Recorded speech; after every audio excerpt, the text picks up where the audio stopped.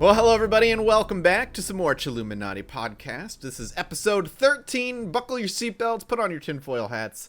Lucky number 13. This is an Alex episode. Why do we do this? Why do we give him these platforms? Why do you give me a platform? Yeah. I don't know. You know what? Today I have outdone myself. Yet to be seen. Yet to be seen. This is by far the worst and weirdest thing I've ever brought to the table. Oh God, that's not not a good promise. It's a good promise. Are you guys ready for this? Do we want to just get right into it? What else do we need to talk about? Buy our clothes? Yeah, buy our hats. No, wait, they might not be out there yet. Buy our t-shirts. Yeah, buy the shirt. If there's a hat, buy that hat too. Why not? It's probably good. Rate us 5 stars on all the things you listen to us on. Put us on your Spotify playlists. Where else are we? Google Play? We're on Google Play. We're on Spotify. We're on, what is it? Stitcher, Tuner, Podbean. I believe you made up at least one of those. No, no, not at all. When I did my initial research of where to put podcasts, everybody's like, you got to get it on Spotify, iTunes, Stitcher, Tuner, Podbean, and Soundcloud. I was like, all right, and I'll make sure those are the 6 that I nab, and Google Play. Both me and Jesse are ready to go. Podbean? Yeah, dude. I'm serious.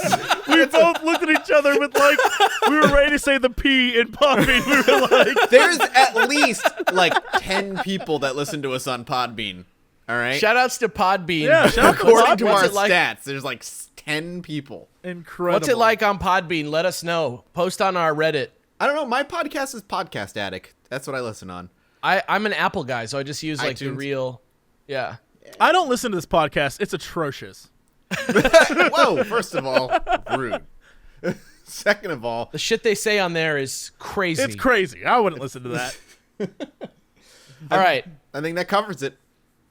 So let's just fucking get right into it because you know how a comic book, when it's not the strongest story, they throw a little. Not that this isn't the strongest story, because this is the strongest story. You're really selling this, man. You know how at the end of comics they throw a little mini comic in there, like an epilogue. No. Like if it's a little backup story. If it's like an Archie comic, there's a Fun Times with Jughead at the back. Jughead gets a stubbed toe. Yeah. There's one of those at the end of this episode. So we're gonna go down 2 extremely weird roads today. Both good. Both involving Jughead. I encourage you, if you're listening to this, not to look this up before I finish telling it. Oh God! Okay. Because it doesn't have a crazy twist like the Beatles one, but it's just a weird. There wasn't story. a crazy twist in that one. It was just a guy who went to an alternate reality, and then the Beatles were there. I feel like we need to talk about what a twist means. Can't wait for Jordan Peele to take over the Twilight Zone. I'm excited for that. The fact that whole thing was just some songs that existed but remixed. Yes. We're not going to talk about that part because that kills the magic, Mathis. Well, you got to look at the reality and the fantasy on each end. We just got to. Sometimes there are stories where there's just more things that are not are not answerable than are answerable. Yeah. Sure. And that's the Chilluminati promise. Yeah, exactly. Can we get that on a shirt? That's the Chilluminati promise. Yeah, that's the Chilluminati promise. Some shit is fake. Okay. All right. This is a crazy story. Don't look it up if you're following along. Don't look this up. It's going to be better for you not to. Okay. This is about Gef the Dalby Spook. I want to give a shout outs to Anna Green at Mental Floss, Louise Hung at Exo Jane, and Matthew Dalton at the Wall Street Journal for their articles on this, which I used to research this episode. What is I'm sorry, what is the name of this again? Gef the Dalby Spook. All right, Jeff the Dalby Spook, not Jeff the Killer. No, admittedly, there's nothing. Look, I'm going to start this off by saying there is nothing terrifying, horrifying, or scary about anything named Jeff. If there was a horror movie and the monster's name was Jeff, everyone would be like, "Oh, Jeff." You know what's weird? You know what? I disagree. How does he spell Jeff? Oh, G-E-F, and that's it. Oh, that's terrifying. Oh, never mind. Right? Oh, that's terrifying. All right, continue, please. Yeah, somebody's fucked up. Yeah. Admittedly, this is like the squirrel on water skis news story of paranormal stories. But The facts are weirdly specific, and it is hard to believe someone would make such a weird story up, and it does get very scary at parts. So You are hold on terrible to your at selling these stories. hold on to your bridges.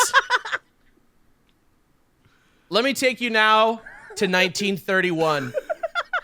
The village of Dalby.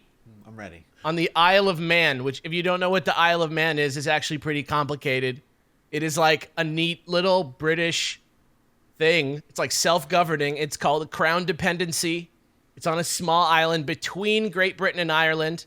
The head of state is Queen Elizabeth II right now, who is like, she's also the Lord of Man. Okay. And it's been inhabited since like 6500 BC, so maybe that's what this crazy-ass story can be attributed to. Who knows? But the fact is, no one really knows. And it is actually creepy. Seriously, so get ready. Get fucking buckled in. Back in 1931, in Dalby, there's a family, and they're called the Irvings, okay? There's James, who's a retired salesman, his wife, Margaret, and they have a 12-year-old daughter whose name is... Ooh, man. It's Manx, so it's hard to pronounce this name. Voda? Voirrey? Voda. It's Voirrey.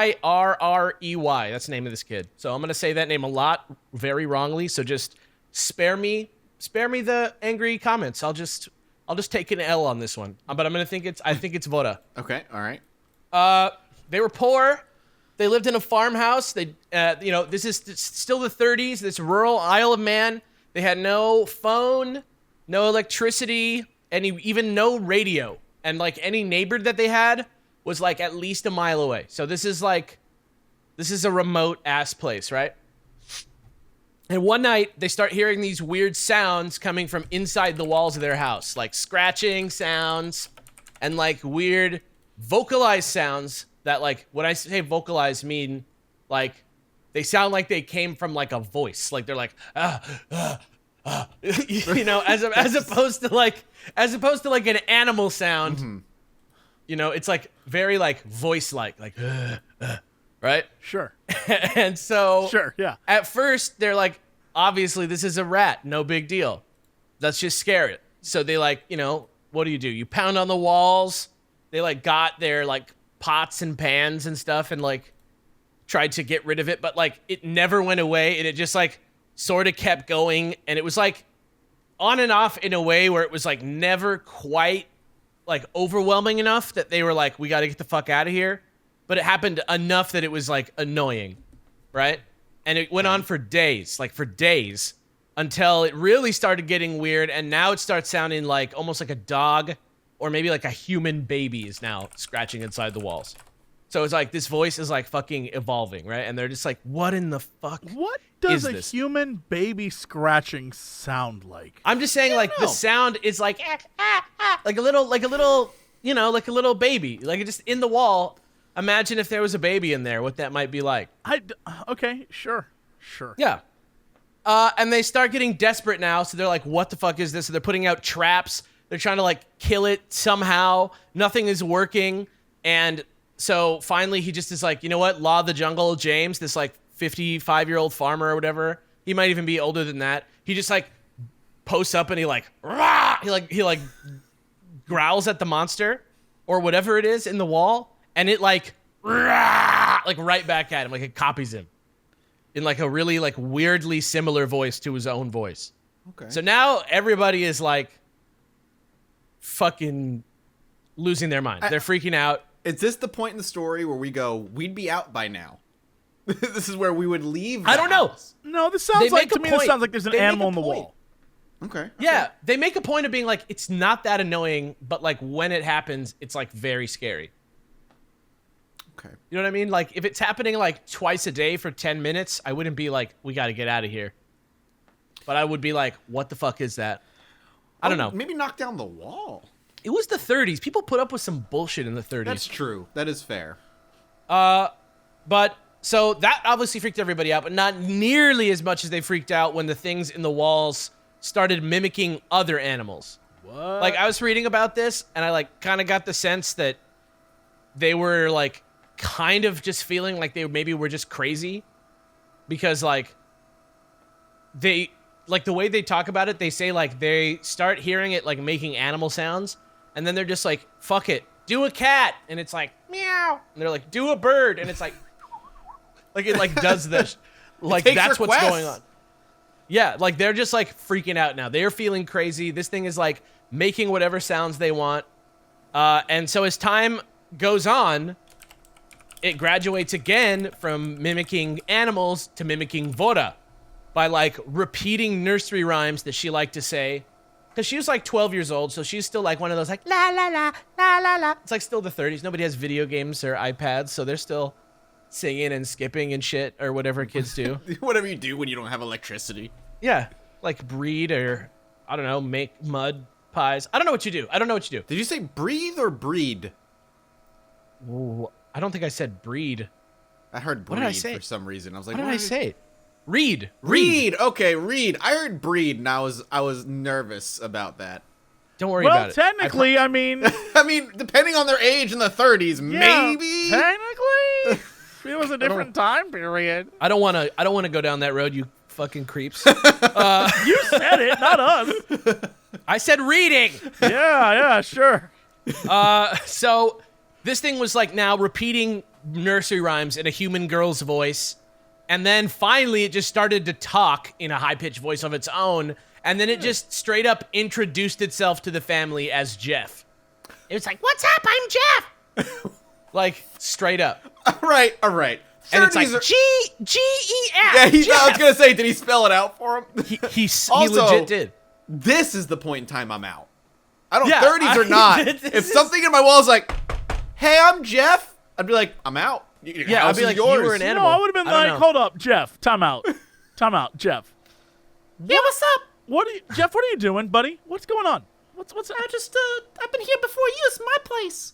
You live here, Jeff? You lived in my walls. One foot gap in the wall that I lay down and I sleep. But it's Jeff, the 30s. There's nothing else to do. Yeah, but what are you? Are you like a homeless guy who moved into the wall? What are you, Jeff? You have no idea what what are your Jeff kids is. bred with a pig and I'm a mix. Well, I thought we sent that kid upstate, but okay. Sure. No, check this out. So Jeff said a lot of crazy shit. Jeff said that he's a mongoose who came from New Delhi, and he was born in 1852, and he came to the Isle of Man when one of their neighbors needed mice catchers. And he said, if you're kind to me, I will bring you good luck. And he said, if you're not kind, I shall kill all your poultry. He said, I can get them wherever you put them. He said he liked bacon and sausage and kippers, but not eggs. He said Margaret, the wife, was his least favorite person in the house. He even screamed at James one time. He said, read it out, you fat-headed gnome, when James was opening a newspaper because he was getting frustrated with how slow he was opening the newspaper. So this is a voice. Just to recap, this is a voice. This is a like a tramp or some sort of like homeless dude who snuck into their house and is like, oh yeah, no, totally a weasel. And I'm a mongoose. You should I'm a mongoose or some shit. You should bring me some food. This is like the 1930s version of Punk'd. Yeah, this is BS. There's no way. So, well, just to give you an idea of what we're dealing with, James said that he was and this is a quote, a little animal resembling a stoat, a ferret, or a weasel, yellow in color with a body about 9 inches long, its long bushy tail speckled with black. He saw it and it talked to him. He saw it and talked to it, and everybody in the family did, but also sometimes they said it was an invisible sprite who, like, was a disembodied voice. So who knows what's true. There's a man who, like you, Alex, enjoys diving into the weird and the strange. Honestly, when you say, like, a sprite or, like, a spirit of nature or something, that makes a little more sense. Yeah, than like you're like talking mongoose. No, none of this makes sense. This is insane. This is appeals nonsense. to your most receptive mind. No, this is stupid. Everyone in this family are they're either liars or they were being like gas poisoned or something. Well, that's no way.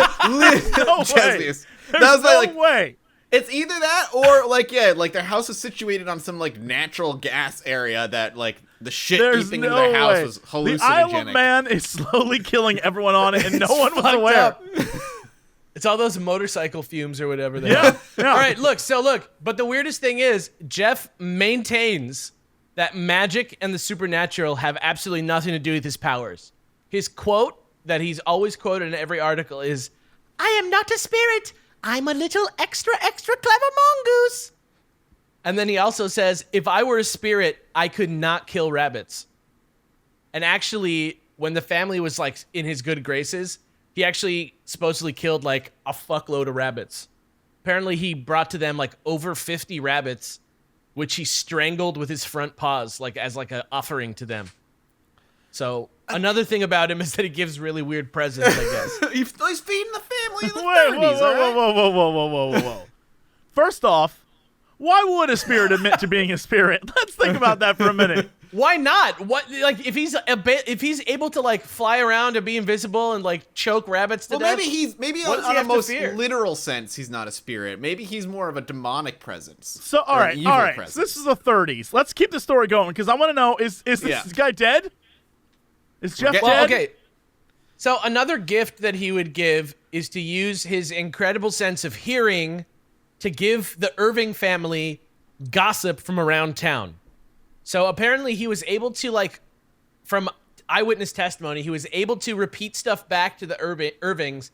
They were like whispering to each other closely from like 15 to 20 feet away. He could just like hear it no matter what. So what Jeff would do apparently is that he would ride the bus around the Isle of Man and like collect intel. He would like collect intel for the family, and then he would come back and like give them the inside dope on what was going on around the Isle of Man. I just had this image of this mongoose with like a 1930s fedora on a bus with like a newspaper being held up in front of him. He's just like listening, just peeking over. Yeah. He just brings himself on the bus in like a little All right, shoebox new with holes in theory. the top. New theory. All this is made up to cover up the fact that this family had gossip on people, and they were like, no, we didn't hear it from you, from your friend. We heard it from a mongoose. Jeff. We have a talking mongoose who lives in the walls. Look Yeah. see all these rabbits? He brought He doesn't them. like eggs, but he loves bacon. Yeah. Oh, yeah. This is all right. Please continue. It reeks of somebody going, oh yeah? And tell me more about this mongoose that you have. And then just on the spot, they're just like, He likes bacon but hates eggs. He swears he doesn't like eggs. He says he can get my sheep wherever I hide them. All right, so it's all fun and games, but eventually things get a lot worse. Everybody in the family has said they'd at least caught a glimpse of Jeff at some point. Oh, so But no one, like, apparently- hold on. This whole thing of them talking to him, like, people didn't just sit down and have a conversation with him in front of him, right? Well, we'll see. We'll touch on that in a minute. So, okay, so hold on. So, Okay. everybody claims to have seen him in the family, but apparently the only one that he would like allow to stare at him and look at him directly was Vora. So, because she was like his favorite, and actually he liked her so much that he also had the family create a little partitioned area of Vera's room that's called Jeff's Sanctum. That's what they called it. And then it started to scare the shit out of her because sometimes he would just go in there and sit in there and just like ramble insane shit in his little hutch while she's like trying to go to sleep, and she's just like laying in there listening to this like little high-voiced freakish monster like say shit. Like what? And so one night she gets so scared that she goes to sleep with her parents, and Jeff says, I'll follow her wherever you put her. And he tries to break down their door, but apparently it's not what you would expect it to be like for a mongoose to break down a door, like, you know, like trying to scrape at it or whatever. Apparently they said that and this is a quote, the door bulged as though some terrific force were thrusting against it, like boom, boom, like something was like really trying to get into the door. So like at this point I was kind of thinking like poltergeists at this point. And so actually, now you say poltergeist, do you know the ages of the children in the family? How old were the kids? there's only one kid, and she's 12. It's a she, and she's 12. Vora is 12. Yeah. Okay. I know Jesse doesn't believe in any of this shit, but again, going into like the paranormal aspect, and if you're thinking more poltergeist activity, poltergeists in that study and in like, you know, ghosts and stuff, they're not really spirits of people. They're manifestations of energy. And they're usually very aggressive and violent and want attention, and they mostly come up when girls specifically hit puberty, and there's a whole lot of like energy coming around the house of just like unstable, angry, just high tension stuff, and that's when these poltergeists tend to come out and they feed off that shit and they get very aggressive. Again, Jesse, I know you don't believe it, and I'm saying there's not any evidence per se to prove it, but when poltergeists show up throughout recordings of stuff like this happening, almost always there's a girl going through puberty around. You're saying age. it's consistent with folklore. Yeah, exactly. Or it's straight up just a dude living in their walls and attic. I mean, that's also that's possible. And that he's there's a a creep dude in their who's like, walls. I want to be in your little girl's room, and don't take her away from me. Also, of course, a person that they don't recognize could drive around town on a bus and pick up gossip and then go back, because no one's looking for a weasel, because it's not a weasel. It's just a creep. It's true, but that's not the only poltergeisty thing that happened. Because, see, both James and Margaret reported objects and furniture were moving around the house. But weirdly, it's not even just them that experienced poltergeist stuff. See, because there was a paranormal investigator named Harry Price who said, and this is a quote, "Shrill screams accompanied by terrific knocking, loud bangs emanated from all parts of the house in quick succession, as if the perpetrator moved with lightning speed." And that's important because this is the same guy who also apparently said that he thought the Irvings were all just sharing like a collective delusion, which to me makes the fact that he said that other stuff happened like more believable. It right? adds a little bit more credence and weight to it. Yeah. This guy even actually teamed up with a guy from the BBC, ex-BBC guy, or I don't even know if he's ex-BBC, but he was a BBC guy, and they published a book, this guy Rex Lambert, and they published a book on it in 1936, and the conclusion is like not positive on Jeff existing, and it's guided by things like hair sample tests and paw imprints that they had, which all came back as either inauthentic or inconclusive. And if we're talking about other experts that looked at it, Price was not the only one. And he also wasn't the only one who contradicted himself, really. Because this other doctor, Nandor Fodor, I don't know if that's the right pronunciation. No, that's not a real name. Nandor Fodor? Dr. Nandor Fodor. Nandor Fodor. Town. All right. Who's apparently both a psychologist and a parapsychologist, said that he believed Jeff was a part of James's split personality, but also that he's an actual real talking mongoose. that was his conclusion. All right, sure. That Jeff was a split part of his personality, but also that he actually became a real like talking mongoose. No. But so things started getting worse and worse. He'd start hissing at people. He bit Margaret a few times. He like sang all these annoying songs all over the house all the time. And apparently one time while she was yelling at him for singing a lewd lyrics version of Home on the Range, Margaret said, "You know, Jeff, you are no animal." And he said, "Of course I'm not. I'm the Holy Ghost."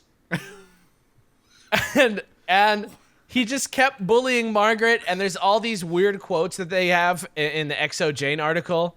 And I'm gonna just go through some of them now because they're too good. This is just a dude.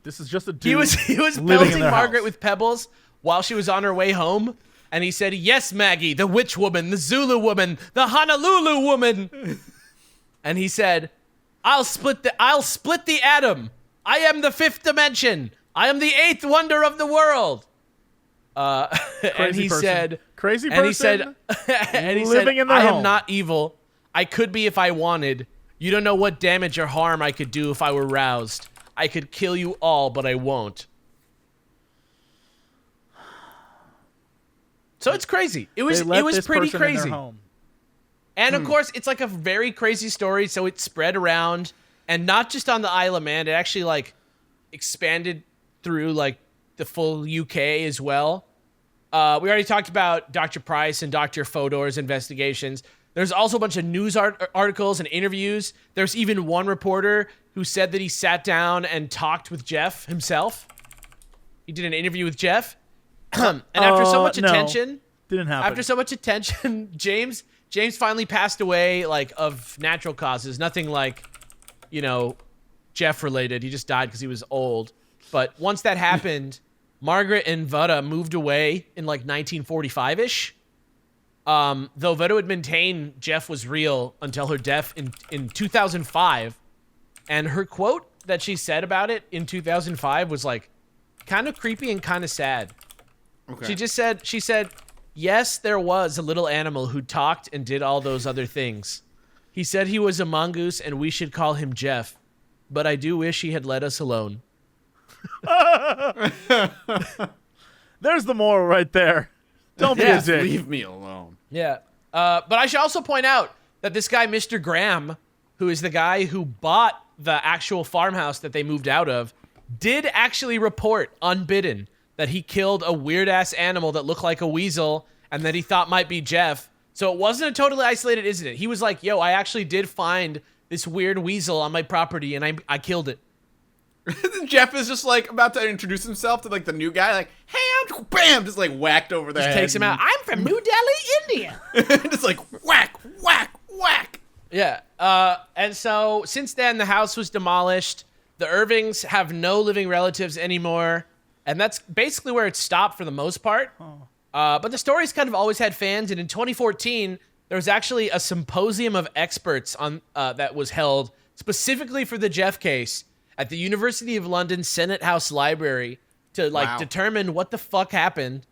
And apparently what they found was that the case shares a lot of similarities with tons of historic poltergeists who, I didn't know this, but often they're known to appear in the shape of animals, and that wasn't that specific of a case. It's actually a pretty like textbook, like old-timey like animal You're of the telling me woods. that this poltergeist was talking about like atom splitting and like this poltergeist was very topical. Is what he you're picks telling up me. a lot of stuff on his bus rides, man. Yeah, He's the always- bus rides, man. You're right. Yeah, You're that's absolutely one right. of Such the a main fool. ways. Such a fool.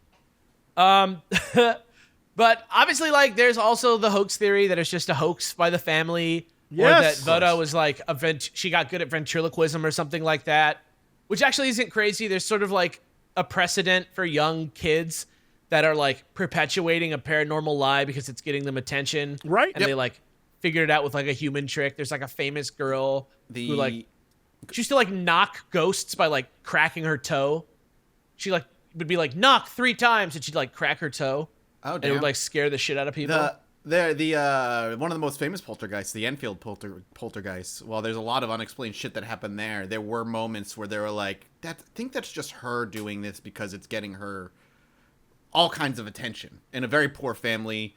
And one of the paranormal investigators would hang out that she really saw as like a father figure because her dad wasn't in the picture. So she wanted to keep him around. So she would do things on her own just to make sure he. Yeah, it's like stuck a around. kid acting out, basically. Yeah, right? yeah. So that's also not completely unheard of in poltergeist exactly. activity. And in fact, considering that the hair samples ended up being dog hair and that the paw prints reportedly looked to be carved with a stick, one of these two things likely seems to be the case. But other things are still convincing to some. The question is still in the air, according to the symposium of experts. Whatever. There's a weird movie online about it that's like really like kind of like bizarrely shot, and it's experimental kind of. It's mostly just straight on shots of Margaret and James actors acting as them, and it was kind of like it was kind of gonna be like the Blair Witch kind of, but it was like the dude who made the screenplay for Fear and Loathing in Las Vegas. But nobody bought the story, so he just like shot this little like hour-long passion project thing. It's called Vanished. It's called Vanished, a video seance. But I don't know. What do you guys think? I think it's like somehow they like all convinced themselves that it was real. That's what I think. To paraphrase Captain James Tiberius Kirk, Oh, hell yes. what does a poltergeist need with a bus? That's all I'm going to say. That's all I'm going to say. There are this is things nonsense. in there that make you think, like, The fact that at the end, like you said, you just the paw prints look like they were done by a stick and the hair belonged to a dog, makes you kind of question, like, all right, what was actually going on? Also, the girl was the only one it wanted to be with, and like all those different things. There's a lot that doesn't make a lot of sense. And the fact that, and this goes back to every single time we have one of these stories, the fact that the family is like, yes, of course, we 100%, we're okay with it. It was annoying, but like it was fine. So you think they were all in on it? No, I wonder how much of it was like letting the girl's imagination play. I'm gonna say yes. I'm gonna say even if the parents weren't willing, like participants, because they like would go along with this girl's fantasy, I think they no matter what, everyone's involved. They have to be. You think they're complicit at the very least? And I think that a lot of the times, most of the reporters or the journalists that go and do things about hauntings and stuff like this are also complicit because they want the scoop and they want the book deal, or they want. I think it's a lot of BS, is what I think. But I think sometimes people get so adamant about something that, like, you know, if they have status in a group, like in a family or in like a company or something like that, or like a church. Sure. You know, like I feel like if that person is compromised and they're like sanity and they start to like be like, this is what the thing is, you know, like they've already made their conclusion. Yeah, well, I mean, I can just see it be like something that could really like, if you believe this person, if you follow this person, if you're like, that's my dad or that's my teacher or that's my priest, and they tell you something that's fucking insane, you know, I could see myself being like, I guess it's true since you said it. You know what I mean? Like I could see being susceptible to that, especially in the 30s. Sure. When you're some people living in some like remote ass farmhouse somewhere, just having a mass delusion. Mm-hmm. Yeah, that's what I think. But I also like to think that, you know, it just could be like a really smart mongoose. I would love it. Yeah, I would prefer if the story wasn't they were poltergeists, that it wasn't any of that stuff. It was just a very smart mongoose. Like it was like a science experiment mongoose. No, he just was a mongoose who started learning. He like watched people. Yeah. He's been alive for 85 years. And he serves whoever lives in the house until that neighbor beat him to death. Yeah, he's like a house elf. And then he got beaten to death. The end. He's like, how many rabbits do you want, sir? Ow! Poor Jeff. Yeah. But speaking of mass delusions. Oh, boy. I did tease at the beginning of this that I have another story for you guys. So if you'll have me, I think it's time to go back to Australia again for a quick mini story from 2016. Okay. I don't know how many it's actually going to be because looking at it now, it's actually a bigger story than I realized. But it's from 2016. It's about a family who, unfortunately for everyone involved, are called the Trumps. Of course. Their last name is Trump. They are the Trumps. There's Mark Trump. He's 51. His wife, I don't know how to say this either. Jacoba Trump, 53 years old. 25-year-old son, Mitchell Trump. Their two daughters, Ella Trump, who's 22, and Rihanna Trump, who's 29. Trump. This version of events is from the Daily Mail, but I want to make it clear that this was like a very widely reported news story in Australia. You know, this is not like Bat Boy. This is like a thing that actually happened. There's interviews with the family. There's police accounts. I'm just going to go through the timeline of what happened. It's pretty insane. You tell me what you think. On Monday, August 29th, 2016, the Trump family suddenly abandoned their red currant farm in Victoria, Australia, and drive off in their family station wagon. No credit cards, no cell phones. Everybody's just like, go, get in the car, drive off. They drive towards Melbourne, like 20, 40 minutes. They realize Mitchell, the 25-year-old son, he still has his phone. Everybody's like, oh, shit, like in Pineapple Express, when they realize that they have the phone and they can be tracked. They freak out. They throw the fucking phone out the window. It's insanity in the car. They keep driving. They continue along this crazy journey. They're in Bathurst now. That's fucking 8 hours away by car. It's the next day. Mitchell gets scared. His family's just like lost their minds. And he just like pieces out from the family. He just like leaves when they stop somewhere. And he tries to like take trains and buses home.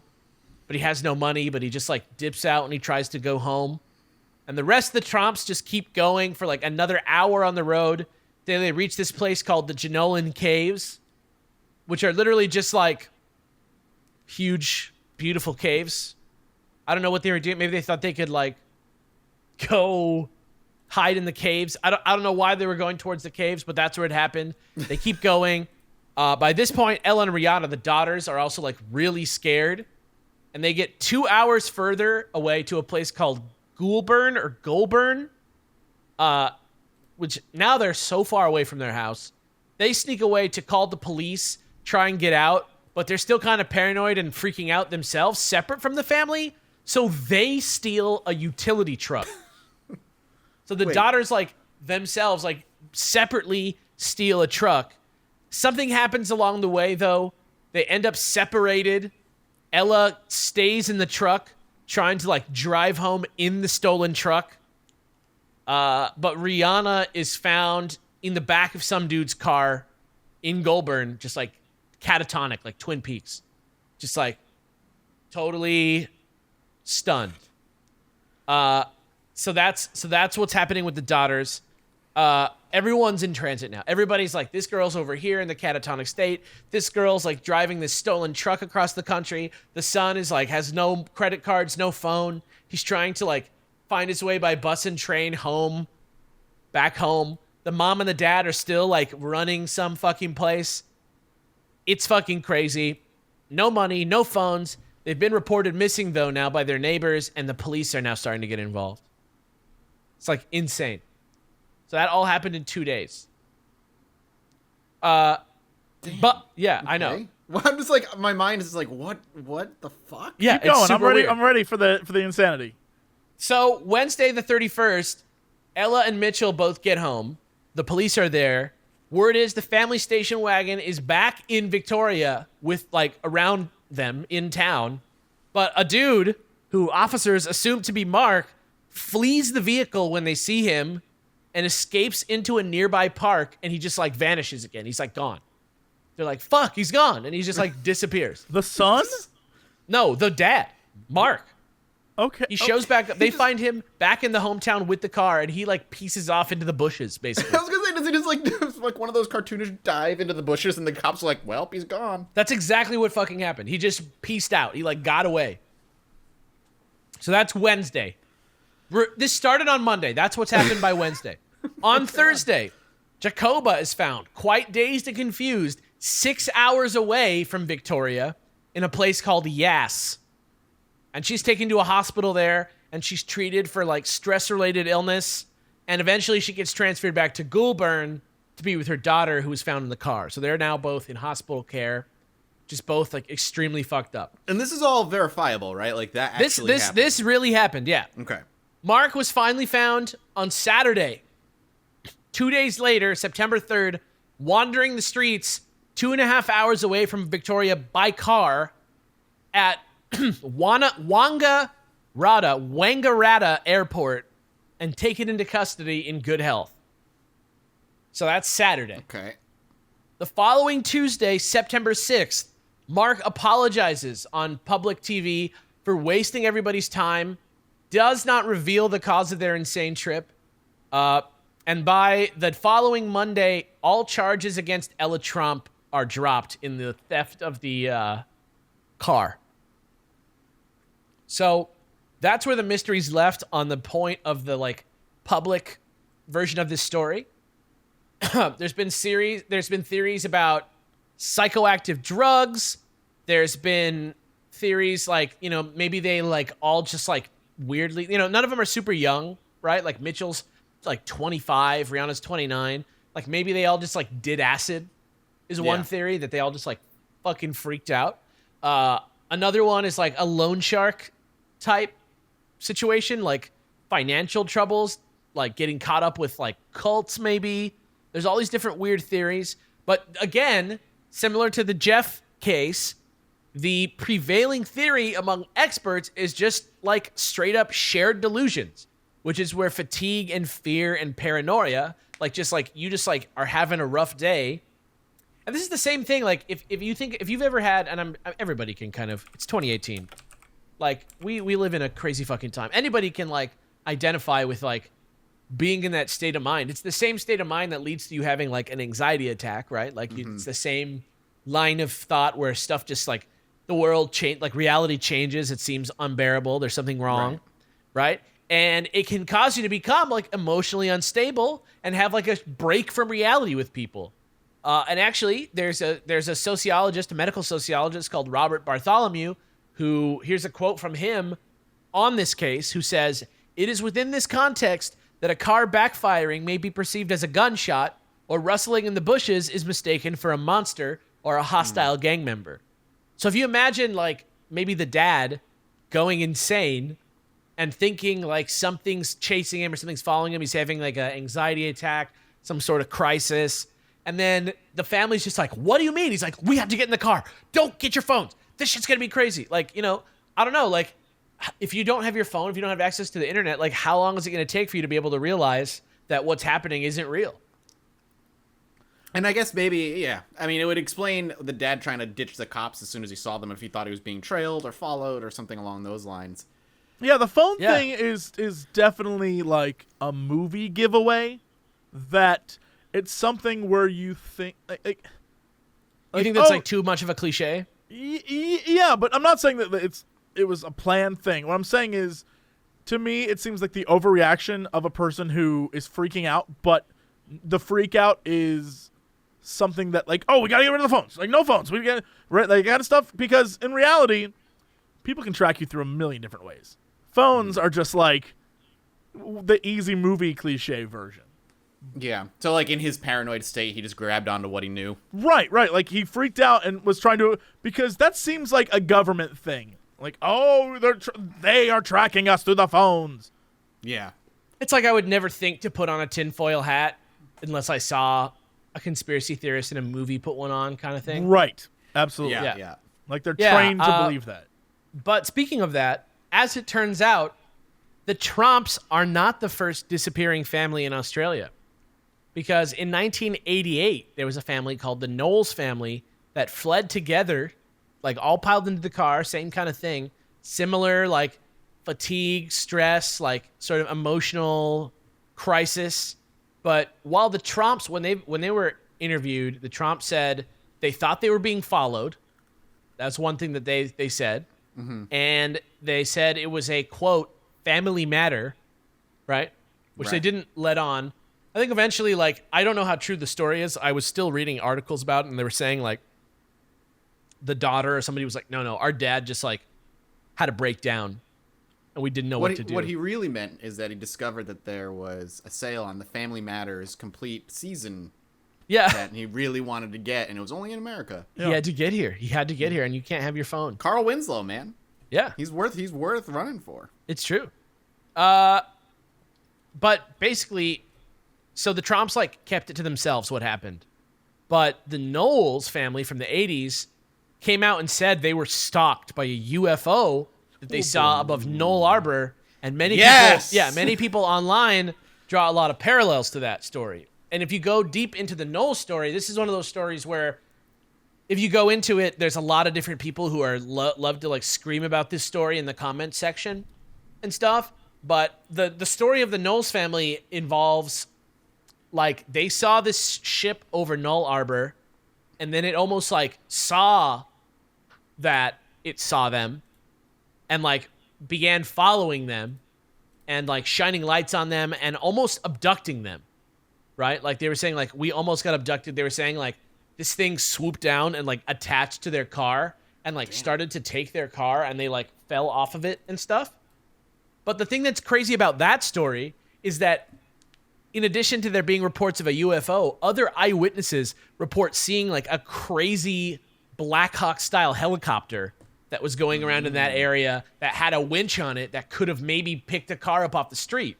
So even if it wasn't fucking aliens, you know what I mean? Even if maybe some governmental stuff. At the very least, it was this fucking helicopter that just, like, swooped down to try and, like, pick some dude up off the road. So I don't know what the Trump family saw. But if they're being mum about it, you know, it could be family delusion, or it could be, you know, that they witnessed something that is beyond what is comprehensible by humans. And in that way, I feel like they're really similar to the Irving family. You know, either it's totally fake or it's something so weird and unbelievable that we never could ever imagine it. Like a mongoose that can hear really well and rides on the bus. I would never be like, I'm going to make up a ghost story to tell the press, you know, let me make it this story about this mongoose. You've literally got me looking up 1988 helicopters right now to figure out what this could be and if it would be in Australia at the time.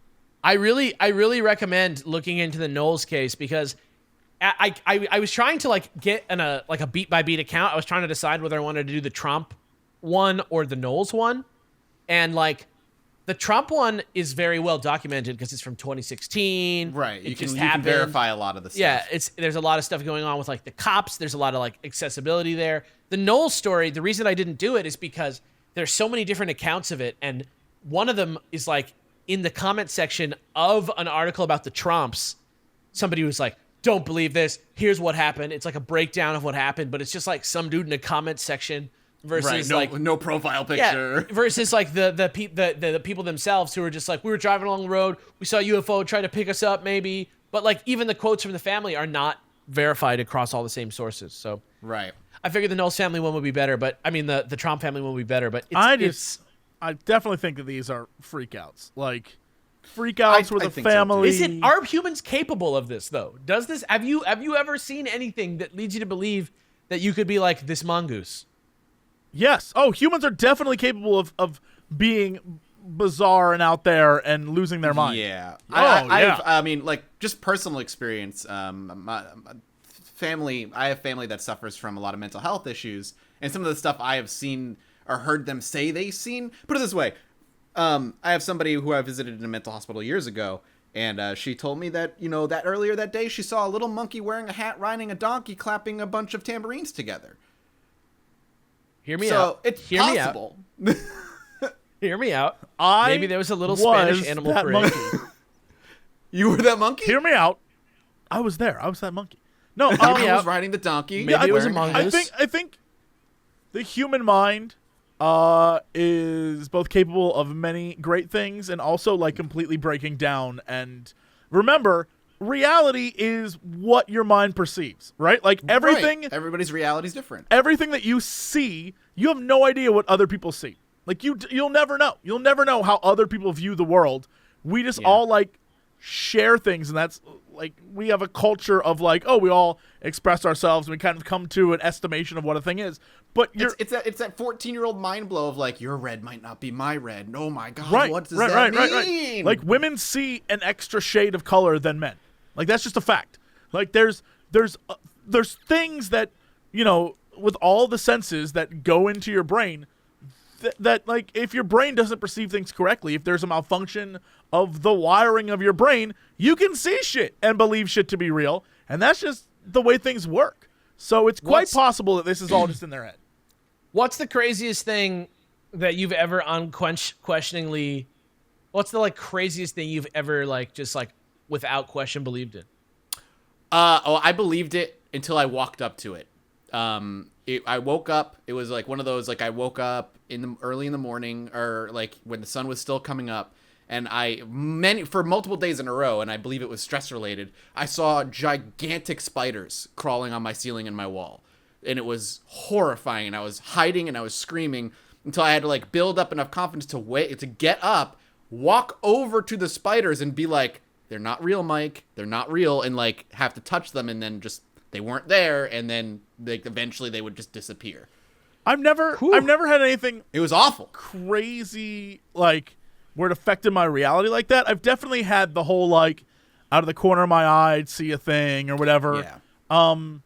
But I'd be like, okay, I'm gonna go look, and there's nothing there, and so I'm like, all right, well, if the monster out of the corner of my eye didn't get me by this point, then it's not gonna get me.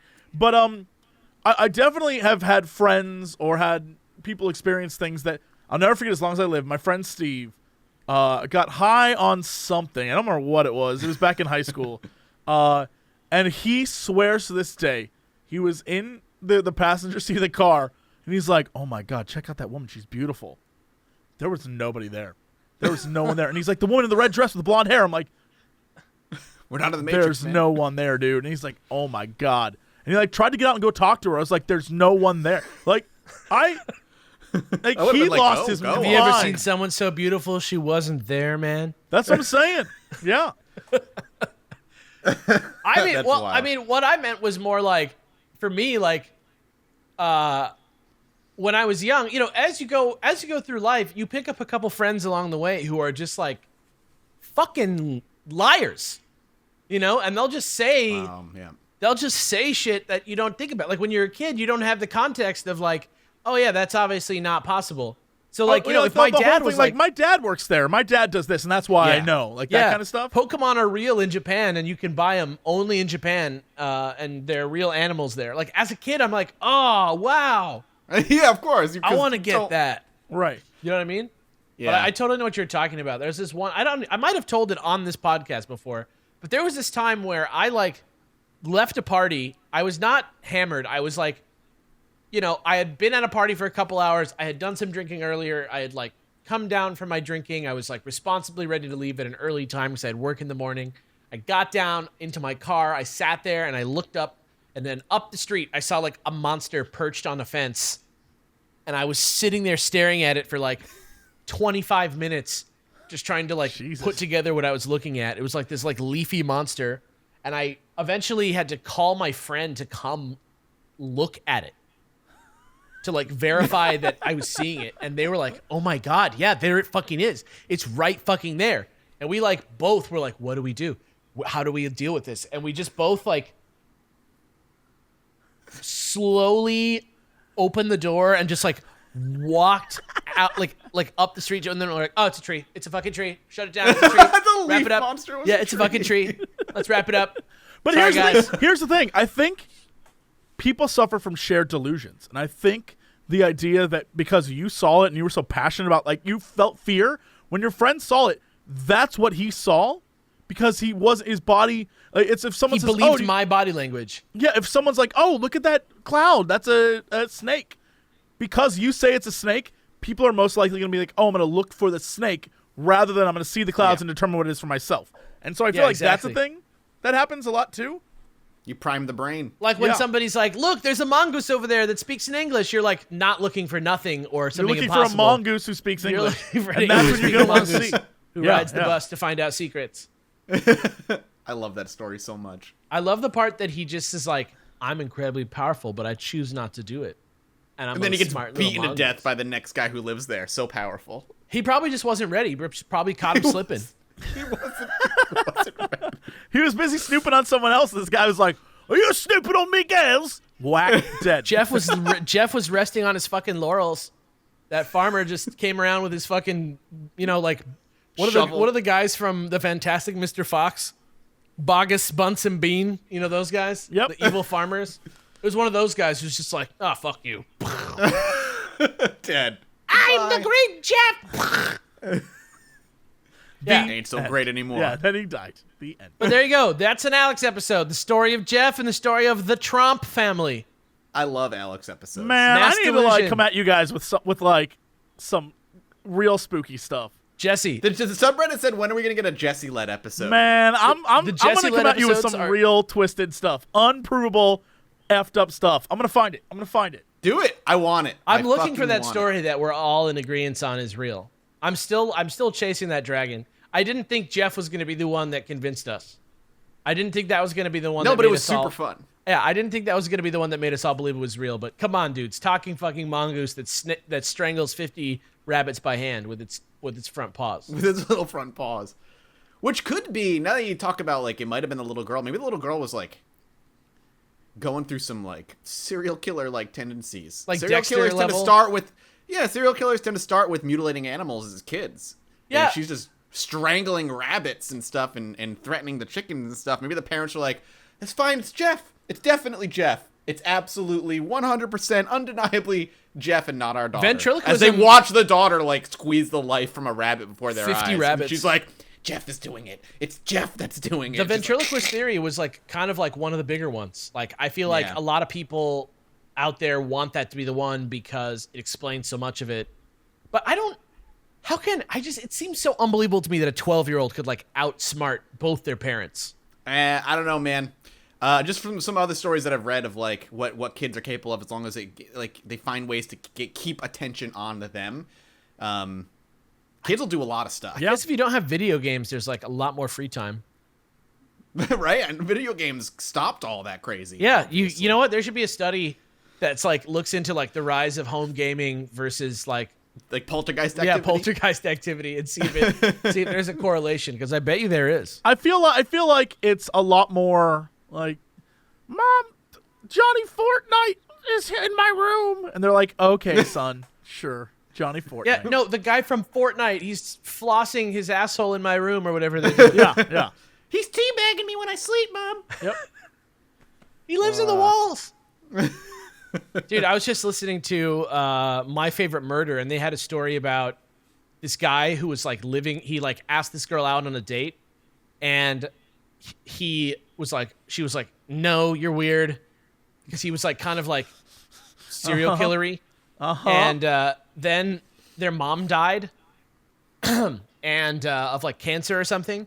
And then they started hearing like all this weird tapping in their house. And there was like messages written in blood on the walls of like, I'll be back. I'm here. Your mother is here. Get out of the house. Like weird shit like that. I'm coming for you. I'm here for you. And the dad thought that the kids were acting out because they were sad that he wasn't paying attention to them because he had to work so much because the mom died. But actually what happened was finally they got a message that was like, I'm in the house with you. And they were like, ah, and they went to the neighbors one last time. And the neighbor was like, dude, you need to fucking come back here because these kids are not faking it. These kids are like scared as fuck. And he went into the house to see what the deal was.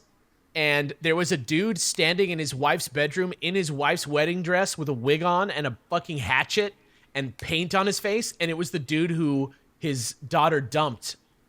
Jesus Christ. And he'd been living in the walls for months. Oh, it's like that movie. Yeah. And then he killed another 2 people by drowning them all in bathtubs in their house. Jesus. Like a little bit later because he got out on bail. That sounds like a whole episode we could go down about it's this fucking guy. Crazy. That's like a serial killer It episode. like just happened on My Favorite Murder, so I don't want to like go into it. But yeah, I mean, true. Yeah. But it was just fucking crazy because it was like something in the walls, but it really was there. It was really a dude in the walls.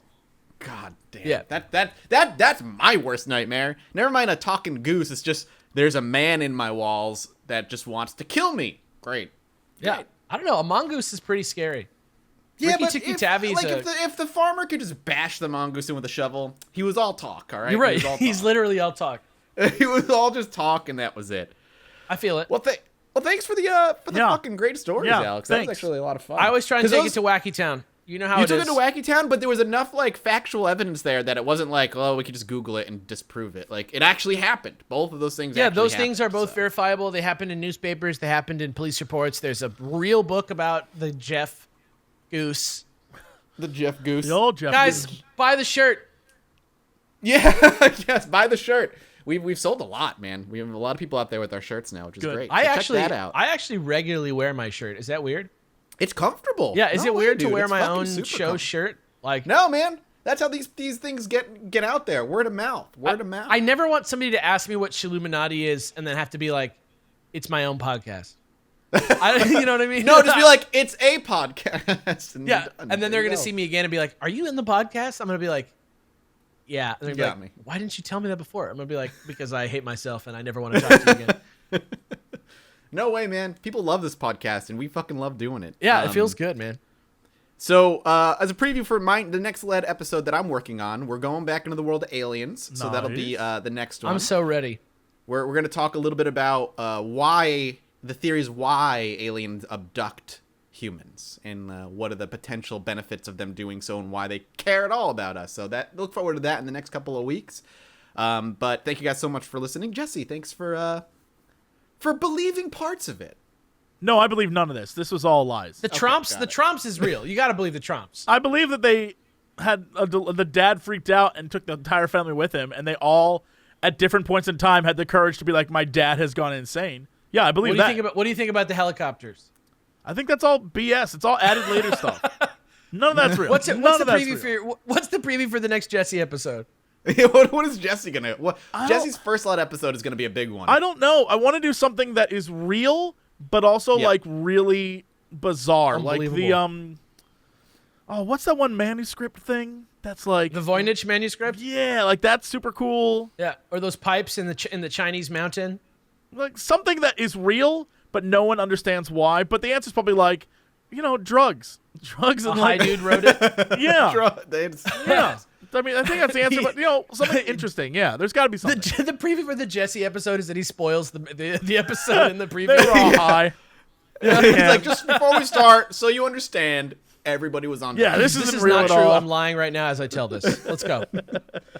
All right. Well, thank you guys so much for listening. As always, if you want to get in contact with us, there's the Chilluminati Pod Twitter and the Chilluminati Pod subreddit. And then specifically, if you want to reach either one of us individually, I myself am at Mathis Games, Jesse's at Jesse Cox, and Alex is at Faciane A. We are pretty active over on Twitter constantly. Get Chilluminated. That's not gonna catch. That's just you tried. Get Chilluminated. You tried. Everything is Chilluminated. You tried. And then if you want, you can always review us over on iTunes. We're almost at 500 5-star reviews. So fucking cross that. I thought we crossed the threshold already. Is that true? We crossed for what? We crossed 400 and something. Oh, really? Let me double check. So when does it start putting us on the best of lists or whatever? I have no fucking idea. I know there's some kind of milestone there, right? There must be. I imagine that there's like an inbuilt Apple thing that you have to cross before you worry. Yeah, we're at 445 5-star reviews right now. Yeah. So people like it. We love doing it for you. And again, check out our merch over at theyeti.com. We're going to have some new merch popping up over there very, very soon. And some just stickers and stuff if you want to decorate your phones or your laptops or just slap it on your forehead. I'm cool with that too. It's like the cheap version of the hat. But we'll be back in a couple of weeks or so with, if not a Jesse-led episode, a Mathis-led episode. We'll see you guys next time. Bye-bye. Bye.